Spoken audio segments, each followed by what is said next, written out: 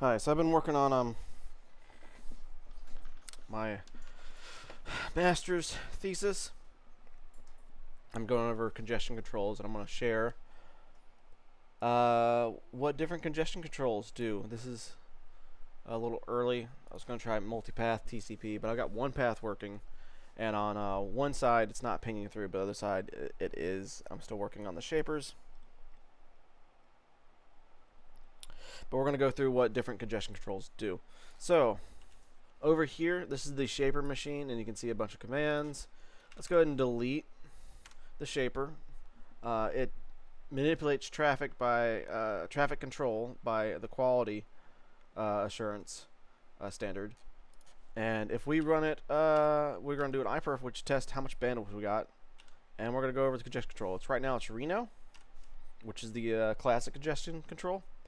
And we're going to set an iPerf. We're going to see how much bandwidth is available without the shaper.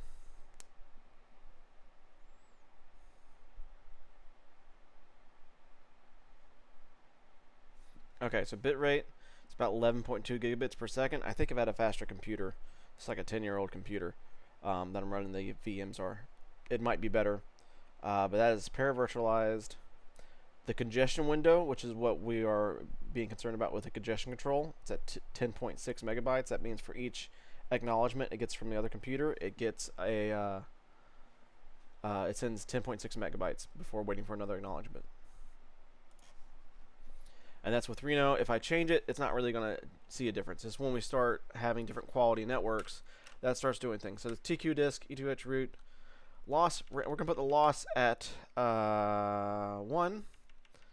And that's 20,000s by like microsecond. So if I do 20,000, that's going to be 20 milliseconds. And we're going to limit the rate to 1 gigabits per second. Now that doesn't really come up until it meets it. But let's try it now. So we're going to run this. And we're on the iPerf. And this is with the classic Reno.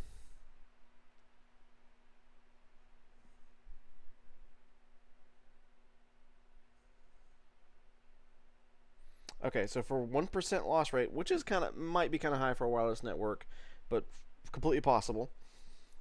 And a 20 millisecond delay, we get 12 megabits per second. That's like 1,000 as fast.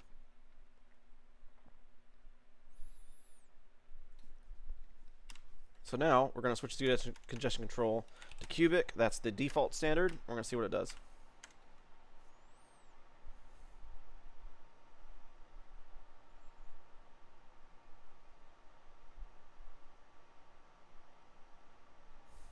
All right, 8.8. So you see, it says it is worse with the default congestion control with the retries than Reno. That's interesting. Might be different if we kept it going for a while. But let me show you BBR. That's the one that Google made, 2017, and it's built for unreliable connections. Well, let's show you Westwood too, because that was supposed to be good for unreliable connections, and we'll see how that goes. So it gets 120, it gets 57, 47. Wow. So in this case, Westwood does way better. Get a screenshot of that.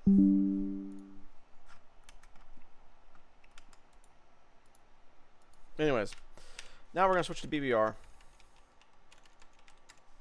We're going to try it again, and you'll see how much better BBR is.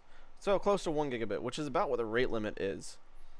And you also can notice over here, the retries are very high. So it notices the drop packets, and instead of thinking it's congestion, it sends it again very quickly.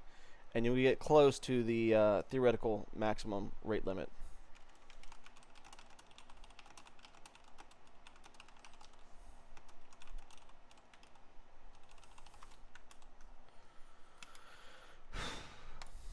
Okay, let's try another one. Let's say we have a satellite network.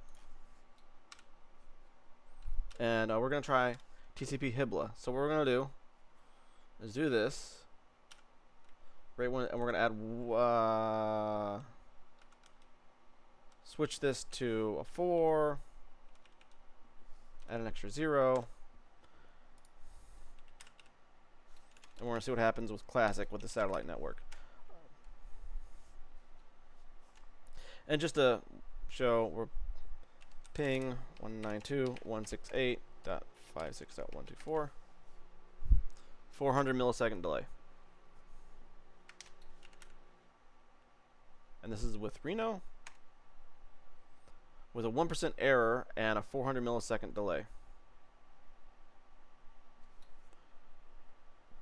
Sometimes we're getting a lot of data, sometimes not a lot. None. So 16. Oh, is that with BBR?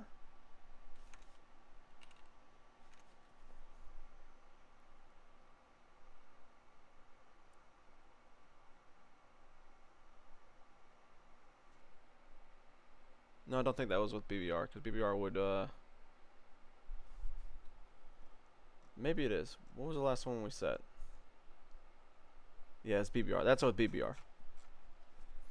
Let's go back to classic Reno. Say you had a satellite network on the classic Reno. We'll see what happens. We have a very long latency, and 1% of the packets are being dropped.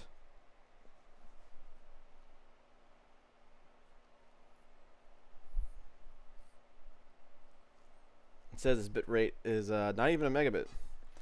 So what we can also see is, so high retries for BBR, because it ignores the error rates. And then here in the C-wind, we can see it fill up very slowly, which is one of the different difficulties with the satellite network, is the congestion window grows at a certain rate to try to be fair on the network. And when you have a high latency, it takes a long time for it to recover how much data it sent.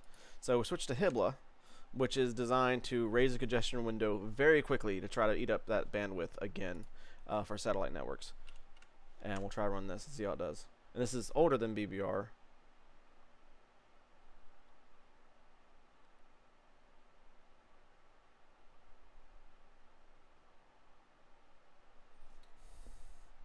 There, 28 megabits per second. So we can see, compared to Reno, which barely got a kilobit, 1 megabit per second, HIBLA did better. And it did have drop packets, it did have a lot of retries, but it tried to fill up that that network very quickly. And if we compare this to BBR, BBR had 14, HIBLA had 30. So it might even be better than BBR.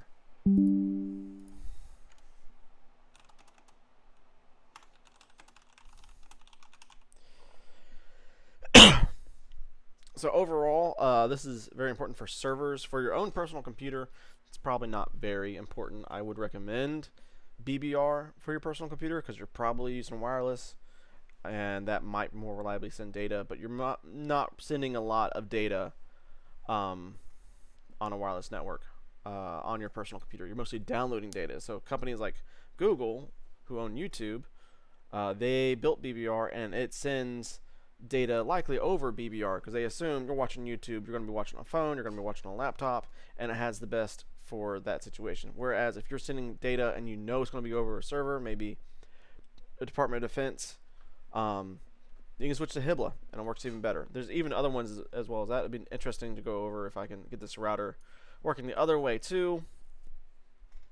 See if we can get explicit congestion notifications, because there's a few networks that work pretty well.